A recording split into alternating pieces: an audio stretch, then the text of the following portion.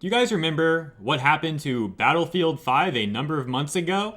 Long story short, a number of consumers, Battlefield fans even, were extremely unhappy with the historical inaccuracies in Battlefield 5. Patrick Sutherland, representing Electronic Arts, stated so famously, "If you don't like it, don't buy it." Well, that really came back to bite him in the you-know-what. Shortly after he stated that, he actually left Electronic Arts. Now, the reasons why are up to your speculations, but if that statement was a good one, I don't think he would have left the company shortly after. And on that note, Battlefield 5 sales have been doing terribly ever since that statement as well. Is there a correlation with that? That's up for you to decide. Let's finish this recap very briefly, and then we'll get into the RWBY news and how it relates to that. So here is a post titled, "Battlefield 5's poor sales numbers have become a disaster for Electronic Arts." On the website games.slashdot, the user DryRiver wrote, "Electronic Arts has mismanaged the Battlefield franchise in the past. BF3 and BF4 were not great from a gameplay perspective, but with Battlefield 5, Electronic Arts is facing a real disaster that has sent its stock plummeting on the stock exchanges. First came the fierce cultural internet backlash from gamers to the Battlefield 5 reveal trailer. EA tried to inject so much 21st century gender diversity and Hollywood action movie-style fighting into what was supposed to be a reasonably historically accurate World War II shooter trailer that many gamers felt the game would be a seriously inauthentic portrayal of what World War II warfare really was like. Then the game sold very poorly after a delayed launch date, far less than the mildly successful World War I shooter Battlefield 1, for example, and is currently discounted by 33% to 50% at all major game retailers to try desperately to push sales numbers up. This was also a disaster for Nvidia, as Battlefield 5 was the tentpole title supposed to entice gamers into buying extensive new real-time ray tracing Nvidia 2080 RTX GPUs. We don't need to read the rest of this. Now, I do want to also disclaim something as someone who follows the market pretty well.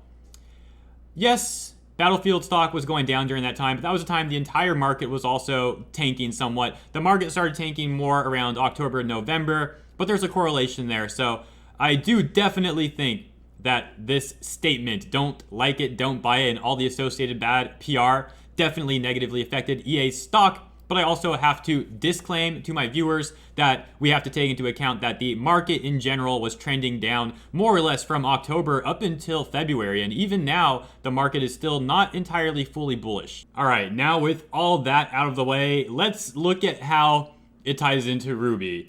You saw the transparent tweet maybe in the beginning of the video. Barbara, voice of Yang Xiaolong, more or less stating, if you don't like the show, don't watch it. Let's talk about it.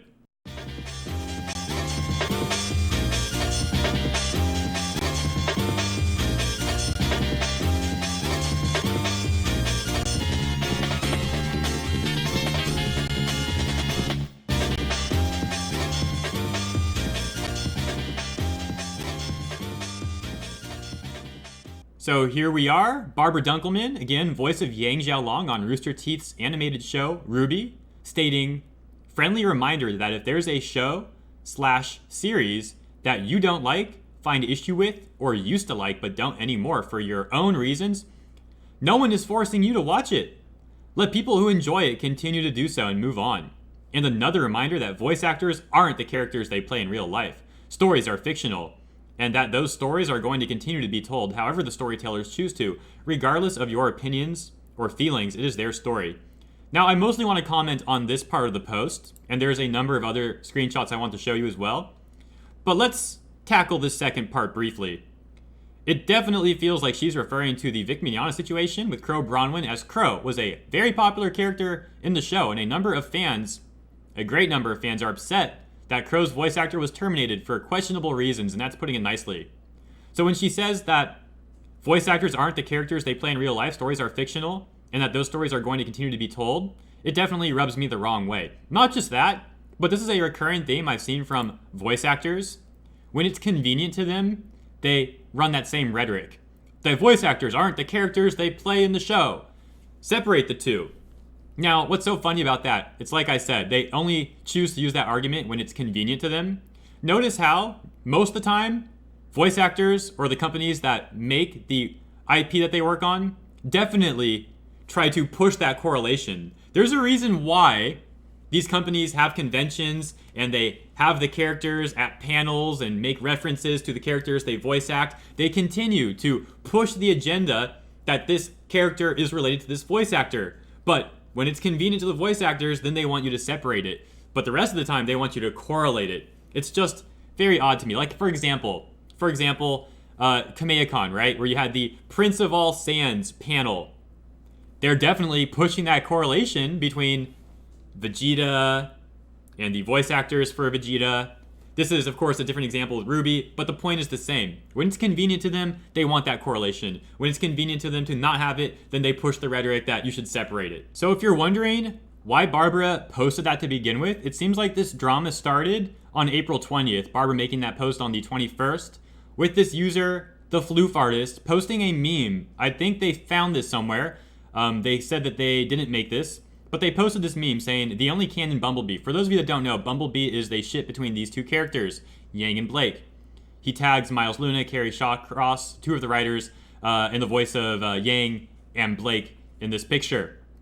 It's just a meme. Those of you who don't know the show probably won't understand the meme. Basically, these two characters had a fight. They were fighting on the same team, and they X'd off another character.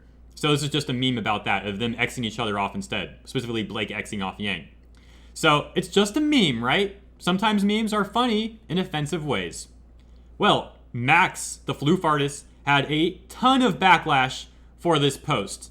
So much backlash even that Barbara allegedly tweeted this out the next day. Well, Barbara and Floof Artist / Max Lampy had a little bit of an exchange here. In the tweet that we just read, where Barbara said, friendly reminder that if there's a show / series that you don't like, find issue with, or used to like but don't anymore for your own reasons, no one is forcing you to watch it. Let people who enjoy it continue to do so and move on. Floof responded to that. Let's see the exchange. So Floof wrote, so no one is allowed to talk about shows they thought weren't that good or dropped when a later season wasn't to their taste? That's the message you're spreading to people. Anyone can talk about any show that they want for any reason. Barbara replies, why waste your time? When I don't like a show, I stop watching it. If someone reaches out, initiates the conversation to me to ask me why I don't like it, I will answer and explain to that person. I don't waste my time trying to get people to stop watching something that they enjoy. And Max responds, because the people who do like the show complain if you don't watch the show or dropped it. And they especially complain if you say that you don't like the show they like. I was told Genlock was going to be good by excited fans. It ended up being my worst show of 2019 that I watched. Genlock is one of Rooster Teeth's newest shows, if not their newest show. So let me state something here. I'm not on the Floof Artist side. I'm not on Barbara's side. I made a video over a year ago where I talked about the criticisms that were going on at the show at the time. About a year ago, RWBY was being heavily criticized by people, and I believe it was a bit unfairly at the time. It felt like these people were more so trolling for views than they actually cared about criticizing the show. So I made a very controversial video back then where I stood up for RWBY. Stood up for it against the face of armies of critics. No other RWBY YouTuber who disagreed with the critics stood up against them with me. I was alone in that fight. Now here we are, over a year later, and I'm fighting for the critics because they do deserve freedom of speech. Back then, when I defended RWBY from critics, it was never about freedom of speech. The main point I wanted to make was that the criticisms felt more like trolling than criticisms. But the fact is this. I advocate free speech, and I believe that criticisms are important to the show. So when Barbara is telling you not to comment on the show, or to even watch it if you don't like it, that is a slap to the face in the people who love the show and simply want it to get better now. You might not like the show as much as you used to. You might not like it at all. But some people out there still watch it despite that because they hope it gets better, or they want to find areas that they can maybe suggest improvements because the show is still near and dear to them. For Barbara to say it's a waste of your time, it seems very unfair to me. And this is why I referenced Battlefield 5 in the beginning of this video. It feels just like that statement Patrick Sutherland made. If you don't like it, don't buy it.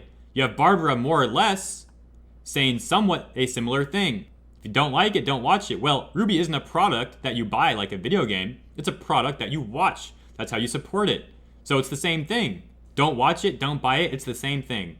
And of course, you can support the show through purchasing merchandise and that sort of thing. But I digress. To truly support the show, you're going to need to also watch it. Ultimately, I just want to see RWBY get good again, because right now, it is rather mediocre. And it's a show that can be amazing. It can be. But there's so many problems going on with it currently, like the quality of Volume 6 taking a straight up nosedive in the latter half of the volume, the finale being somewhat rushed, as well as a number of fights in that finale as well. Then you also have the Mignana controversy. Now you have an employee who works on RWBY telling you if you don't want to watch it, don't buy it, more or less paraphrased. All of this paints a very bad picture for the fandom. And that's not even the end of it. The RWBY fandom itself has gotten so dang toxic. My friend over here, Dashie Li, well, let me read her tweet. That'll do a better job. Angry face. Before anyone else messages me privately with hate and harassment, the answer is no. I do not have the same views and opinions as the floof artist / Max Lampy, the person who posted that meme we saw. Max is his own person and makes his own choices. So please stop grouping us together. Thank you. You might be out of the loop on this. Dashie Li has done a few collaborations with Max Lampy. I don't believe Dashie Li makes YouTube videos. Sorry if I'm wrong about that, Dashie. But they have done some videos together for like Max's channel or some other people's channels. So the fact that people in the RWBY community are going after Dashie simply because she associates with Max is absurd. This fandom has gotten so dang toxic, and the problem with what Barbara posted there, on top of the issues I've already laying out throughout this video, is that it furthers this intolerance. If someone disagrees with you, let them explain to you why, and maybe you can make a better product that way. On that note, it's important for companies to receive criticism. For the same reasons, it's important for a company to have competition. Companies need to be pressured. They need to be pressured. They need to fear going out of business, because that's what keeps them honest and true to the consumers. That's what keeps them trying to provide quality products. If you blindly support a company and just throw your money at them for whatever they put out, they are going to abuse you. I do want to make another point, because I wanted to say this earlier in the video and I forgot, so I'm going to say it right now. The public information that we have on Rooster Teeth indicates that Rooster Teeth is hurting monetarily. They are not doing so well. Now, Rooster Teeth is not a public company, so we don't have access to their financial statements, things like their balance sheet and their income statement, so we can't analyze that. But the information that we do have publicly still definitely points to Rooster Teeth hurting monetarily. You have RWBY, their flagship show, being pulled from YouTube and being exclusive to roosterteeth.com so they can drive sales for their premium service on Rooster Teeth on their site, because they weren't getting enough money with having it on Rooster Teeth and on YouTube. On top of that, about a month ago, I already covered this in another video, they had fired an employee for allegedly budget cut as the reason, budget cuts. They then hired her about 2.5 weeks later, which was odd, but they claimed originally it was for budget cuts. So you factor all this in on top of the fact that they just had Genlock, which had a massive expense, I'm sure, for the voice actors they had there. They had like Dakota Fanning and I forget a few other really big names working on that show. So Rooster Teeth is probably hurting right now. Not a good time to be saying, don't like it, don't watch it. Alrighty guys, I'm going to start wrapping this video up. If you enjoyed, please leave a thumbs up. Subscribe if you're not already. Turn that notification bell on as well. Maybe leave your thoughts in the comments down below. Consider joining our Discord server. Now with almost 3K members, you can help us get there. And if you'd like to do some extra to support our channel here and the content we're creating, consider becoming a sponsor on Patreon. Link in the description for that. And some shout outs to the people who helped promote my last video over on Twitter. That video titled Kick Vic / Mars Girl. Go after Vic Mignogna's mother. Disgusting new low, indeed.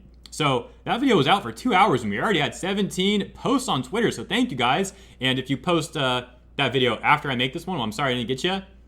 But shouts out to those 17. That's Teddy, Bear Spaz, Dusk Wolf, Vertica Frostscale, Random Fandom, Chakra Motive, Amethyst Sukiyama, Don Sylvie Baltazar, hopefully I got that right, Uchiha Ankh, Samantha, John Edwards, Lord Bear 92, Ryuk, Nerdy Texan Accountant, love that name, Striker Red, Gardiken, CWP24, and Abdel Ali.